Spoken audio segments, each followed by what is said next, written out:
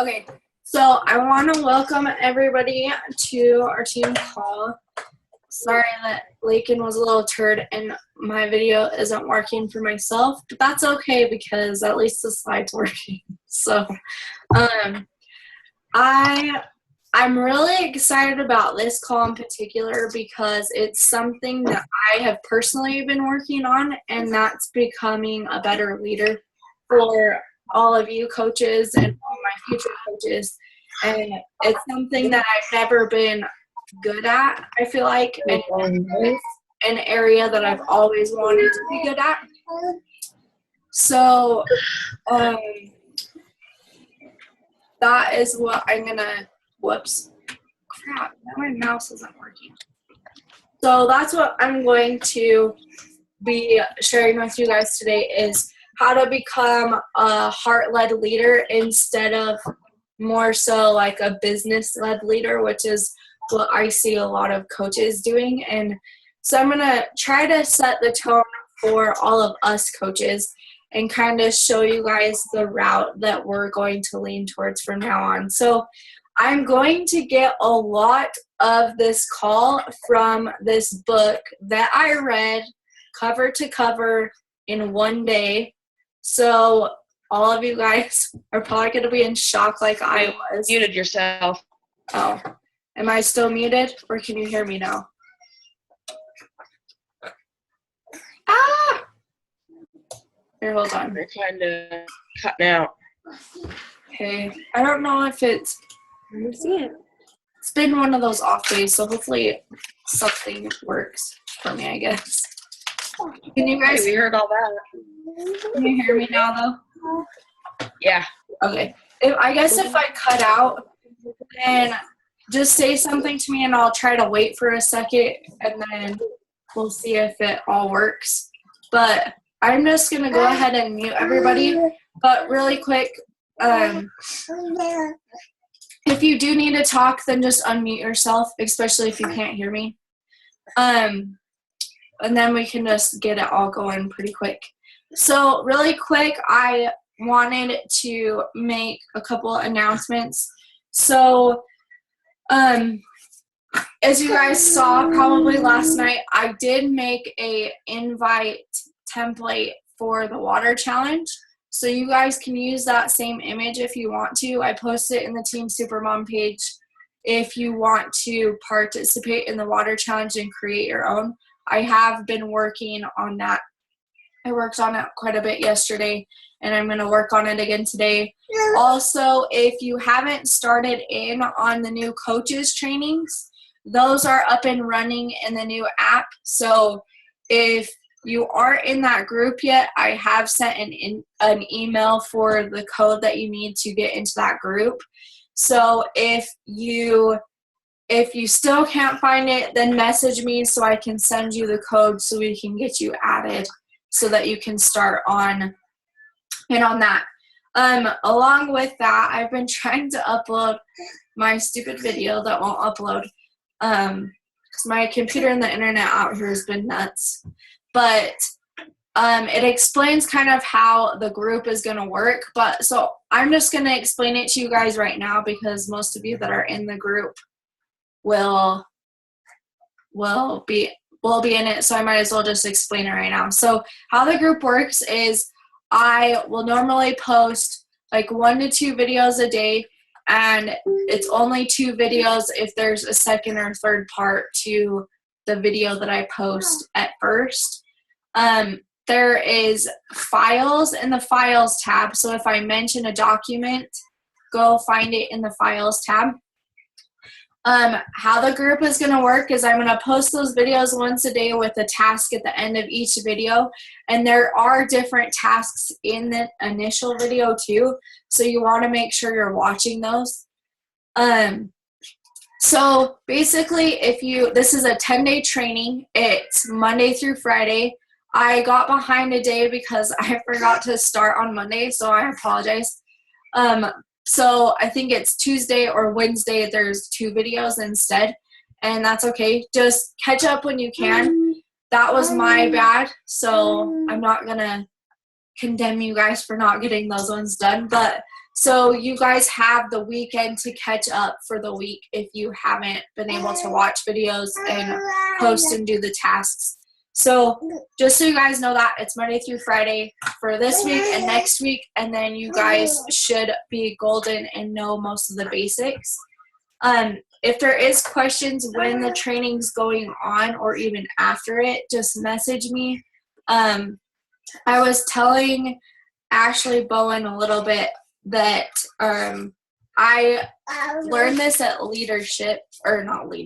the cruise, but I now have these note cards that any questions that you guys ask me, I actually write down on a note card, and I go and I'm trying to make videos for everything, so that most likely any question that you guys have asked me, another coach has asked me, so I figure I might as well just make a video that explains it so I can just send links easier. So that's kind of what I've been working on. Power hours are still at 8, and yes, I'm sorry, I slept through my alarm this morning. I haven't felt the greatest, and my kids, for some reason, they like to stay up until midnight the past few days, so I am tired. But it's no excuse. I'm gonna set 3 alarms tomorrow just in case I don't wake up for the first one. They can shh. So just so you guys know, I apologize. So we'll do the power hour after our team call today, if you guys are wanting to do that with us. The next thing that everybody needs to be aware of is Summit. So if you are planning on coming to Summit, you need to get your ticket right away if you don't have it. You also need to let me know so that I can make sure we have enough rooms and enough space for you coaches, because the plan is any of my coaches that come, we're going to try to just split the cost of everything. So hotel rooms, if we rent a car, then we'll split the cost of that. Because we talked about renting out a house so that we have a fridge and a stove and stuff like that, so we can save costs that way too. So that's kind of why we need a little head count of who's planning on coming and who's not. So if you are, shoot me a message so that I can kind of get a head count. But anyway, so there's that. The next thing is everybody needs to make it to the next Super Saturday, which is April 2nd. So if you don't have that off or you need to find a babysitter, I'm warning you, do it now so that you don't have to worry about it later. And I believe it usually starts at 9 o'clock, and we're usually done by noon. But that's with the live workout that we do at the end. So if you don't want to do the live workout, then you can shave some time off of that for the end too. But just so everybody is aware of that. And to the coaches who haven't ever been to a Super Saturday, I usually just wear my workout clothes there. Some people like to dress up and they don't like to participate in the workout at the end. That's completely up to you. I usually participate at the end unless I have something going on, which I don't this time around. So I am planning on participating in the workout. So that is the 2nd, so that's next Saturday. So if you can make it, that would be awesome. I would love to see everybody there. If not, I can understand, but as a leader, we should be setting the tone for our coaches and our future coaches by making sure we attend every single event as a coach. So that's my 2 cents on that. I do believe, though, that you do have to pay to get in, and the reason being is because they need to be able to cover the cost for the building. So that's the only reason why we get charged. But any guests that you bring that are not coaches, they get in for free. So make sure that you're inviting, because Scotty Hobbs challenged me to challenge my coaches to try to bring at least 2 people with you to this next Super Saturday event. So I encourage you guys to do that. All right, so let's get started, I guess. Oh, wait, one more announcement. So starting the 4th of April, we're going to be doing a 5-day sneak peek into coaching. So if you have people that are interested in coaching, maybe send them an invite to that. I will start adding people to the group probably that Sunday.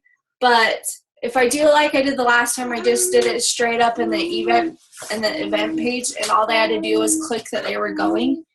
So I'll probably do it that way again, so that everybody can participate in that. So if you do invite people, make sure you write their name down, so that you can go back later and ask them how they like the group. So anyways, that's how that's going to work out. So let's get started and jump into this. So for any of you guys that know me, I am not a book reader at all.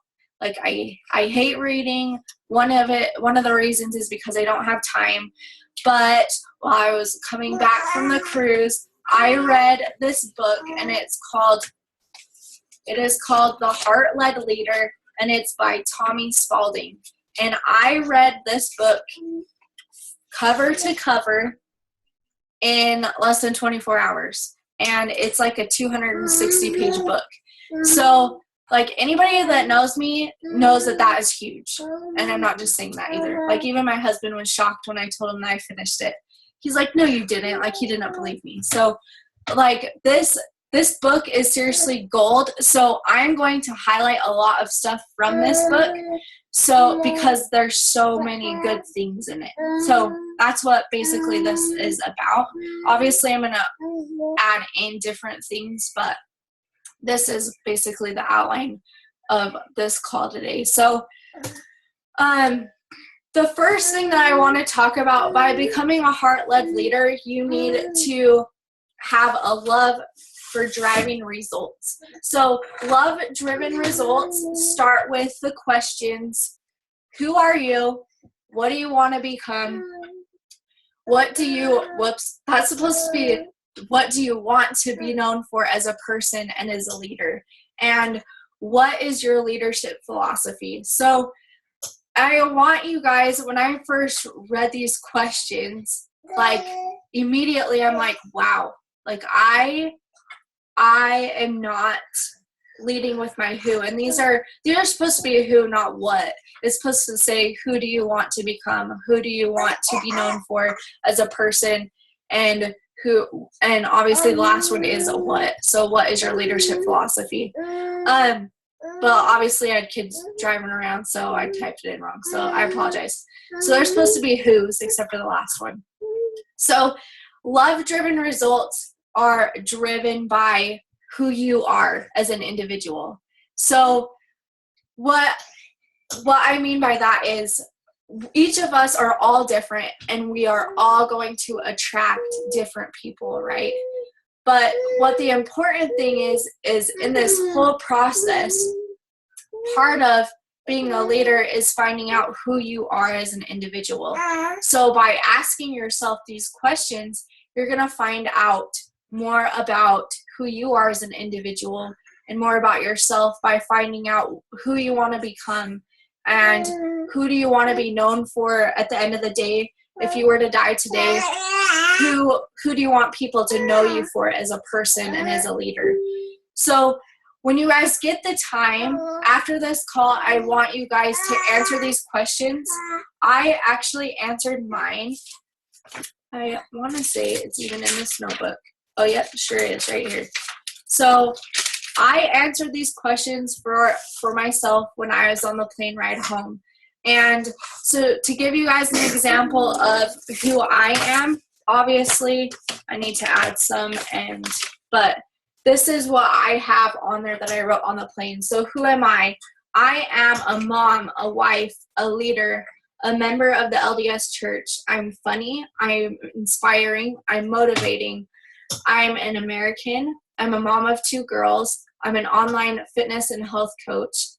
I love to serve others and make others laugh.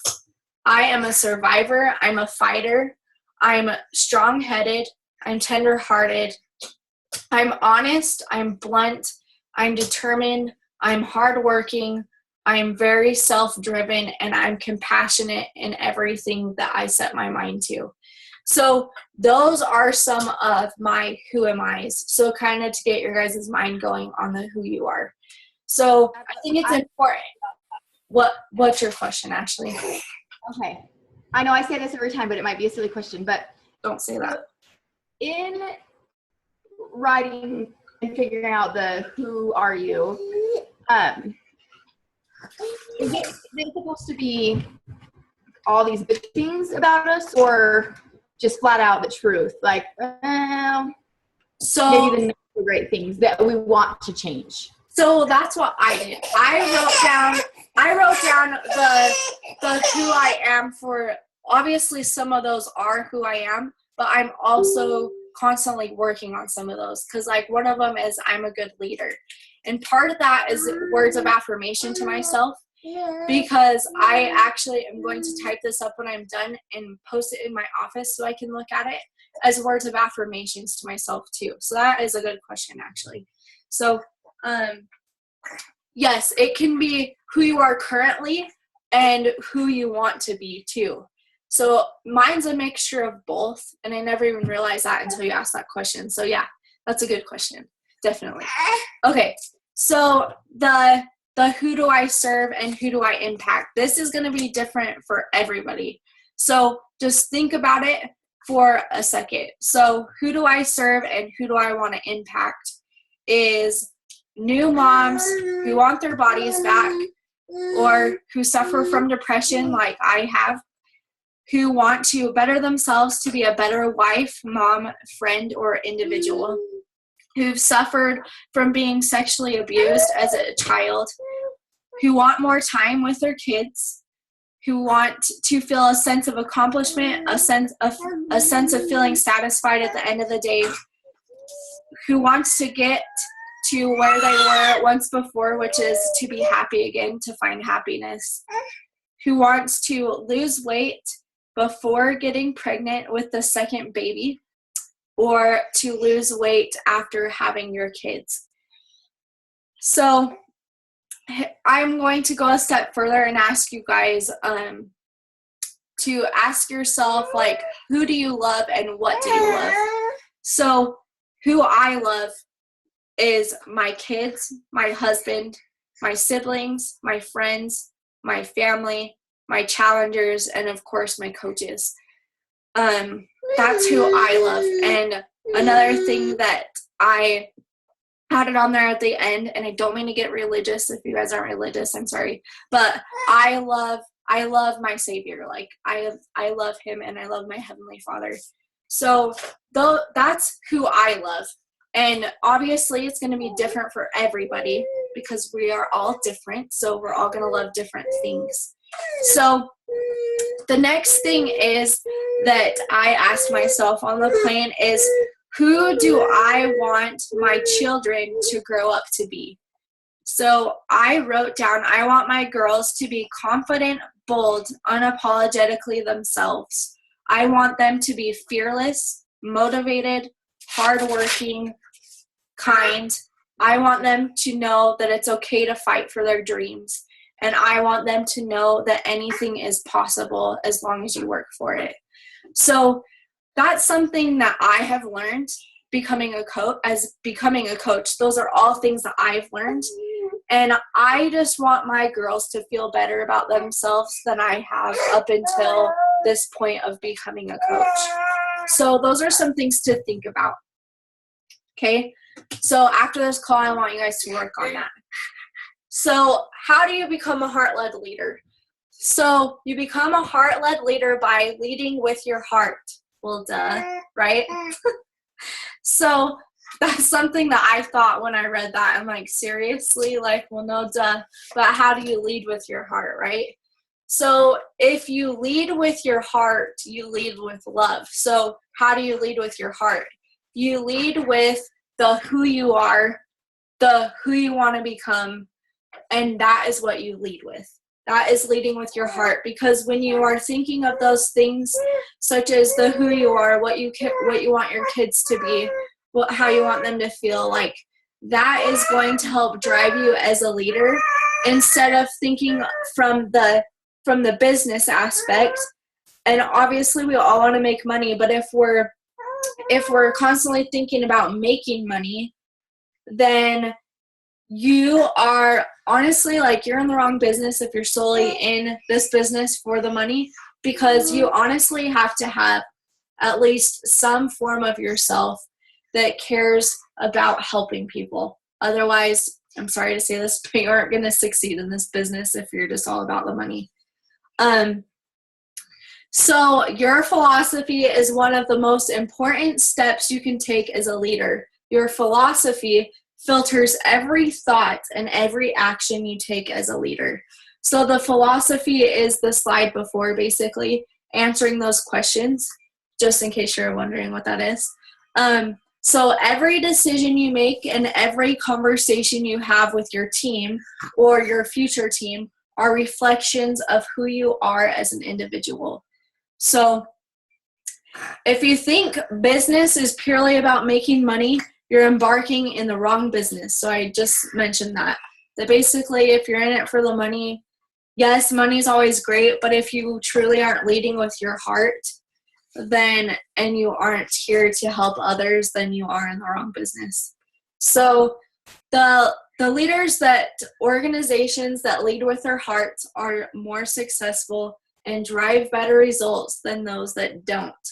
And in this book, it actually goes through a couple of stories of different companies that lead with their heart. And one of them is Popeyes. I had no idea about this, but Popeyes actually is one of these companies that leads with their heart.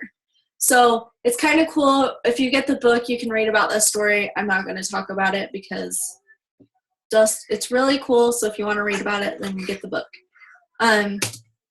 So the first part in becoming a heart-led leader is realizing who you are matters too. So that is something that I have learned since becoming a coach, is who I am as an individual. It does matter.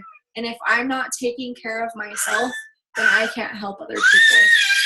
And I know that everyone else on this call has learned that same thing so far. So it's good that we've learned that already. So you need to take what you've been given and what you've learned in life and turn it into a positive. So I don't like to talk about this at all, but I was sexually abused by I'm just going to tell you this, by my stepbrother growing up. And it's not something that I tell a lot of people, especially who it is, but I have mentioned that it has happened, and it's something that I don't like to talk about at all. But I know that by sharing what has happened to me and how I've overcame it is going to help somebody else that has been in the similar situation that I was. So when you see stuff like that, I'm not posting it to brag. I'm not posting it to whine about my life and what my circumstances were like, but I'm sharing it to hopefully attract people who are like me that are looking for a solution. So that's what we need to do as coaches, is we need to take what we've been given in life, as personal as it may be, and it has taken me over a year to come out and actually be able to talk about that aspect of my life. But I know that by doing that, I can help somebody, and you guys are going to get to that point too, where your deepest, darkest secrets, you're ready to get rid of them, and you're ready to turn them over, and you're ready to turn them into a positive.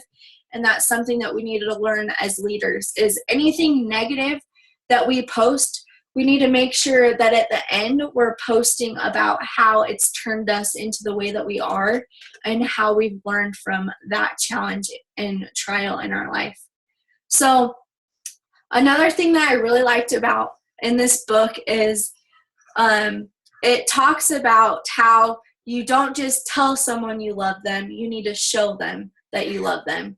So since I've got back from the cruise, I have been striving to do just that. I've been trying, because I always tell you guys how much I love you guys, but I've been really trying to show you guys that I love you, and show even my husband that I love him, and my siblings and my kids, instead of just telling them. So there's a story about that in the book too. But So success is about building hearts, not creating paychecks, right? And I've already kind of talked about this, that you should be building other people up, not just talking to somebody because you want the purchase or you want the Success Club points.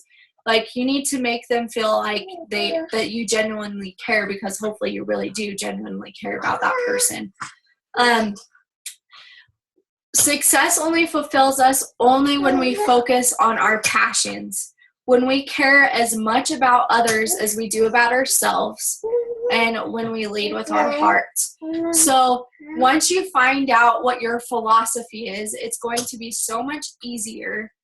And your philosophy is basically your why, almost. And it's not only your philosophy of who you are, but it's where you want to go in life too. So that's basically like your why. So that's going to be like what drives you forward. When you hear us coaches talking about our why that drives us forward, or you'll hear the phrase, find a why that makes you cry, like that's what your philosophy is going to be in this case. So make sure that your philosophy that you have for yourself is so strong that you lead with your heart because of it. And whenever you make a decision, you think about your philosophy and you think of who you are, and you think, does this reflect who I am, or does this reflect who somebody else is? So that's something else to think about as well. Okay, so in this book, this is probably my favorite part about this book, is it goes through the 18 inches from your head to your heart. So I will be honest, I did this. I took a ruler and I measured, yes, I did this. I measured from my head to my heart, and I don't know if I measured wrong, but on average, it's 18 inches from your head to your heart. So, yes, I measured when I got home. I'll admit to you guys, but it's fine. So, basically, it goes through the 18 inches of what it takes to go from your head to your heart. So, the first one is tragedy to triumph. So, and leading with a culture of love. So, that goes back with turning your tragedies into triumphs, or your trials into positives, or your negatives into positives. Because I know that each of us are struggling with something, of one case to another, and where all of our struggles are 100% different. So once we can figure out why, the quicker we learn why we're being brought these challenges or tragedies in our life, and the quicker we learn to fix the problem, the better leaders we're going to become, and the more heart-driven we are going to be too. So the second inch from your head to your heart is the question I want you to ask yourself: what's hanging on your walls in your house or in your office? And I know this is a super weird question, because even when I read this chapter, I couldn't even figure out what the point was at first. I'm like, this is such a weird question. So he goes through and he asks you what's hanging on your walls. And currently, right now in my office, honestly, I have my workout schedules, and that is all that's hanging in my walls right now. But upstairs, where my old office was, I had like my emerald certificate that was hung up, and I had my diamond certificate. So all my rank advancing stuff, I had those up there. And he tells us that what we hang on our walls shouldn't be the accomplishments that we made, because that's not who we are. That's what we've accomplished, but it's not who we are as an individual. So the thing that he says is, make sure what you hang up on your walls reflects who you are. So he says that he has all these different pictures of his kids up there. So he has pictures of his family. And basically the reasons why you're doing the business is what you're going to want to hang on your wall. So I am going to now hang pictures of my family. I have a collage of all my coaches. I know this sounds creepy. Sorry, but I'm going to tell you anyways. But I have pictures of all of your families, and they may be really outdated pictures, but I still have them, of your guys' families. And I have a collage on my computer of the people and the coaches that I'm helping and the families that I'm helping change their lives. as a reminder and of what I am doing as a coach and who I'm helping. So that's part of the hanging on your walls philosophy. So the third inch is the daring to care. So they go through and he dares you basically to care about others. And obviously we already care about others or we wouldn't be in this business in the first place. At least that's my own personal opinion. So that one's pretty short and self-explanatory. So the fourth one is, he says, "Excuse me, sir, is something wrong with your boots?" And he goes and he talks about this story about his first pair of cowboy boots that he's ever owned and the customer service that he received from the store that he bought them from and the great experience that he had. So we need to remember that as coaches, we need to remember to serve our customers and our coaches with that great customer service. And it doesn't matter if they are a free customer, if they purchase Shakeology monthly. Like, we need to remember to treat our customers and coaches like gold with great customer service.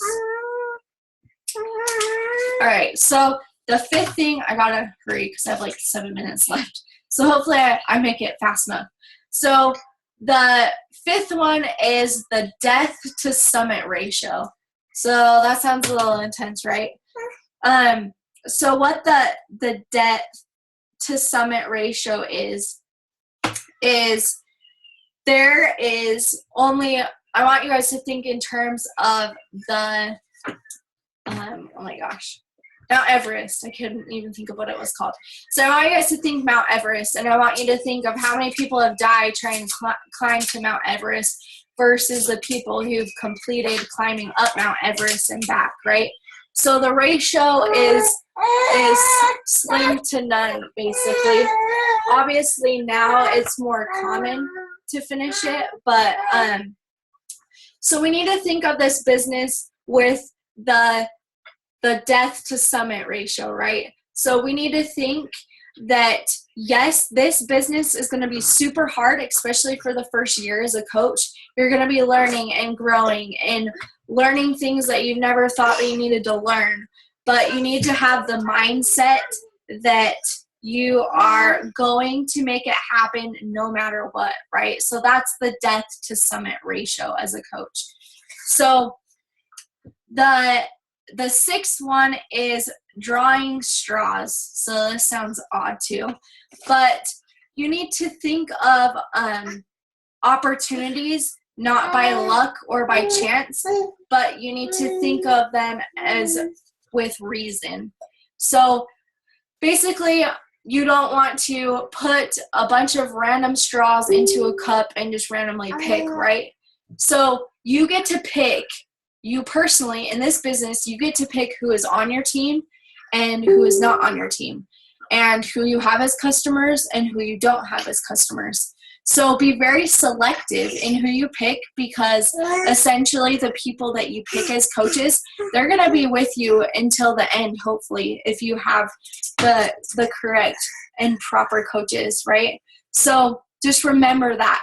Don't draw straws. Make sure you're picking who you have, right? So the next one is, hold on, I gotta hurry in. You're breaking some snacks. Okay, so the next one, really quick, I'm gonna hurry and finish this, promise, is the twisted who. So the twisted who just basically goes back to the who you are and where you want to go, basically, is what that is. So don't make it complicated when you share who you are. Just be unapologetically yourself. So that means in your posts, in person, when you see somebody and you're inviting them, make sure that you're being yourself. Because if you're not being yourself, you're going to attract people that you are not like. And I had done this in the very beginning. I was trying to be someone else. And I found that by doing that, I only attracted coaches that I don't get along with, or that I didn't get along with. They aren't coaches now. But I attracted all these different people that I didn't want. So you want to make sure that you're being yourself 100% so that you attract people like yourself. So when I found that, then I found all of my awesome coaches that I have right now. So make sure that you're being yourself. So so the next one is am I going to die? So you need, this sounds really extreme, but you need to think of, if I were to die today, like, what would I want my legacy to be like? Like, what would I want my family, my friends, my kids, what would I want to leave behind for them? And am I going to be embarrassed by what my kids tell their friends who I am right now in this very moment? So you need to live to be the person that you want your kids and your family and your spouse to be proud of when they're explaining to others later of who you are. So that's what that one is. Number 9 is when no one else is looking. So you want to make sure that those skills that you want as a future coach, or when you're looking for your coaches, those things that you are looking for in a coach, you want to make sure that you are being those things. So for me, like, I want all my coaches to be hitting Success Club. I want them to be doing their workouts and getting their 4 vital behaviors done every single day. And I know that even when I'm not doing one-on-one calls or team calls, that even when they aren't looking, I still have to be that leader that I want for my team, because I know if I'm not leading by example, then I can't expect my future coaches or my current coaches to do the same. So that's what that one's talking about. So number 10 is everyone has a story, and we've already touched on this one. You need to make sure that you're constantly sharing the who you are and what your story is, because you're going to attract people like you that are looking for solutions like you were. Okay, so this might cut us off. So if it does, just log back in and I'll start recording again, and we can finish really quick, and then we can have time for questions at the end if you guys have those. So the number 10 was that everyone has a story, and we've already talked about that one. The inch 11 is love your enemy. So I don't care who you are. We all have enemies, and we all have people that don't like us, and we all have people that have wronged us in one way or another.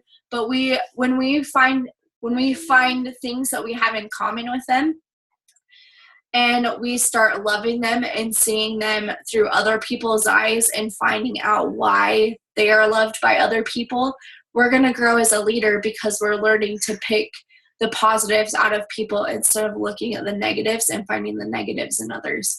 So, and by finding the positives when they're so hard on the negatives, we're going to be able to help them through their challenges or whatever they're going through right now. Like, we're going to be able to help them through that more by helping them realize the good that they have instead of always focusing on the negative that they have. So that is the 11th one. So the 12th one is, the 12th inch is just read the contents of the vault.